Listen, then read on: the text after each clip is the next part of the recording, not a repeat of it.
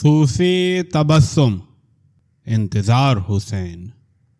مولانا غلام علی نے آسمان کی طرف نظر کی، ٹھنڈا سانس بھرا اور سر جھکا لیا۔ پھر آسمان کی طرف دیکھا، آپ دیدہ ہوئے اور سر جھکا لیا۔ مریدوں نے استفسار کیا کہ یا شیخ آپ نے کیا دیکھا کہ آہ سرد کھینچی اور آپ دیدہ ہوئے؟ فرمایا کہ اس وقت کسی بندہ خدا پر ظلم ہوا۔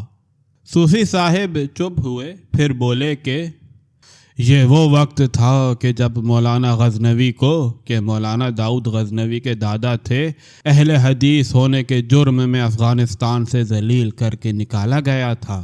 پہلے وہ دلی گئے، پھر امرتسر آئے اور وہیں رہ پڑے۔ صوفی صاحب اصل میں یہ بتا رہے تھے کہ امرتسر کیا خوب شہر تھا۔ ایک طرف قالینوں اور پشمینوں کے سوداگر، دوسری طرف شعراء اور ادباء، اور تیسری طرف علماء و مشائخ۔ اور یہ سوداگر خود سوداگری کے ساتھ علم و فضل میں بھی شہرہ رکھتے تھے۔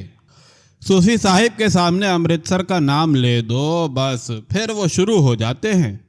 مولانا غلام علی، ان کے خلیفہ عبد الرحمن، مولانا عبداللہ غزنوی، اور پھر انہیں اپنے دادا یاد آ گئے۔ میرے دادا درویش صفت آدمی تھے۔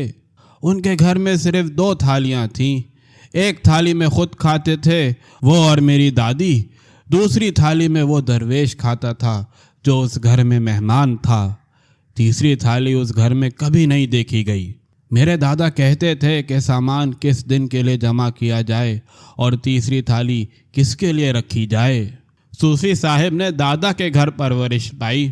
والد صاحب دوسرے قماش کے آدمی تھے۔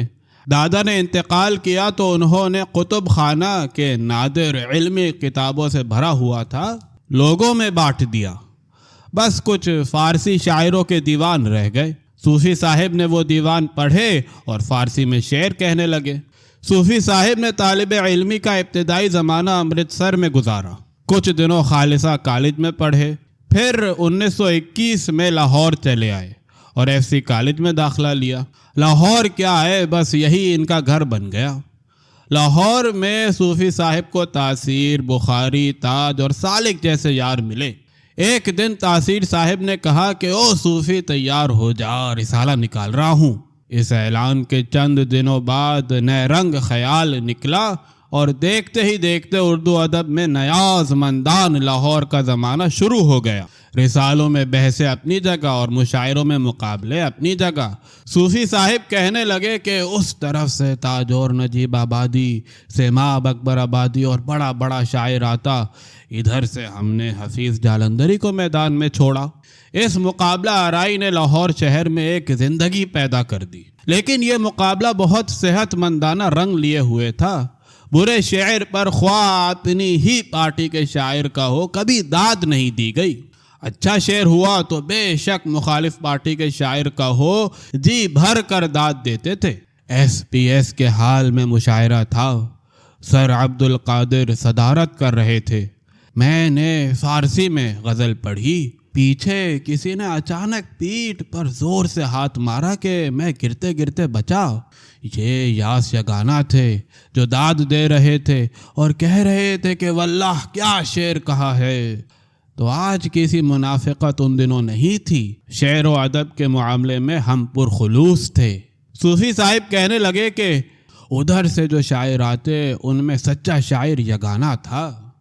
پھر کہنے لگے کہ برسرے مشاعرہ ہم نیاز مندان پنجاب ادھر سے آنے والوں کے خلاف سفارہ ہوتے تھے، مگر مشاعرہ ختم ہوتے ہی آپس میں گھل مل جاتے تھے۔ صوفی صاحب نے باتوں باتوں میں نجی صحبتوں کو یاد کیا جو کبھی ان کے گھر پر اور کبھی بخاری صاحب کے گھر پر منعقد ہوتی۔ کہنے لگے کہ کبھی ایسا نہیں ہوا کہ ان صحبتوں میں نے اپنی نجی پریشانیوں کا ذکر کیا ہو۔ ایک دفعہ ایسا ہوا کہ یار اکٹھے تھے اور گھر میں میرے بیٹے کی جان کے لالے پڑے تھے، مگر مجال ہے کہ میں نے دوستوں کو پتہ ہونے دیا ہو۔ ہاں، جب پریشانیاں گھیر لیتی تھیں تو میں علامہ اقبال کی خدمت میں پہنچتا، ان کی باتیں خاموشی سے سنتا اور ساری پریشانیوں اور کلفتوں سے نجات حاصل کر کے وہاں سے نکلتا۔ پھر صوفی صاحب علامہ اقبال کے حقے کی تفصیلات بیان کرنے لگے۔ کہتے تھے کہ علامہ حقہ پیتے نہ پیتے بہرحال اس کی نہ مٹھی میں دبائے رکھتے تھے اور باتیں کیے جاتے تھے۔ صوفی صاحب کہنے لگے کہ حقے کے بغیر میں بھی بات نہیں کر سکتا۔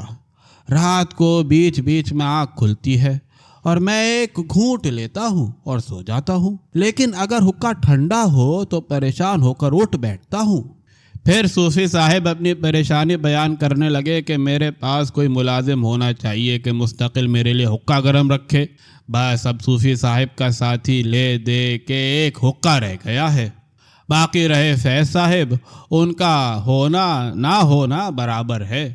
کہتے تھے کہ اپنے سب ساتھی اٹھ گئے، ایک فیض کے جو نیر ہم عصر ہے رہ گیا ہے، مگر اس کا ہونا نہ ہونا برابر ہے، آج یہاں کل وہاں۔ میں ان سے یہی پوچھ رہا تھا کہ صوفی صاحب اب تو آپ اس عہد میں بالکل تنہا محسوس کرتے ہوں گے۔ کہنے لگے کہ تم ذرا ہماری تنہائی کا اندازہ لگاؤ کہ تم یہاں سے چلے جاؤ گے تو یہ دیواریں ہوں گی اور میں ہوں گا۔ اور پھر اپنے دو شعر سنائے۔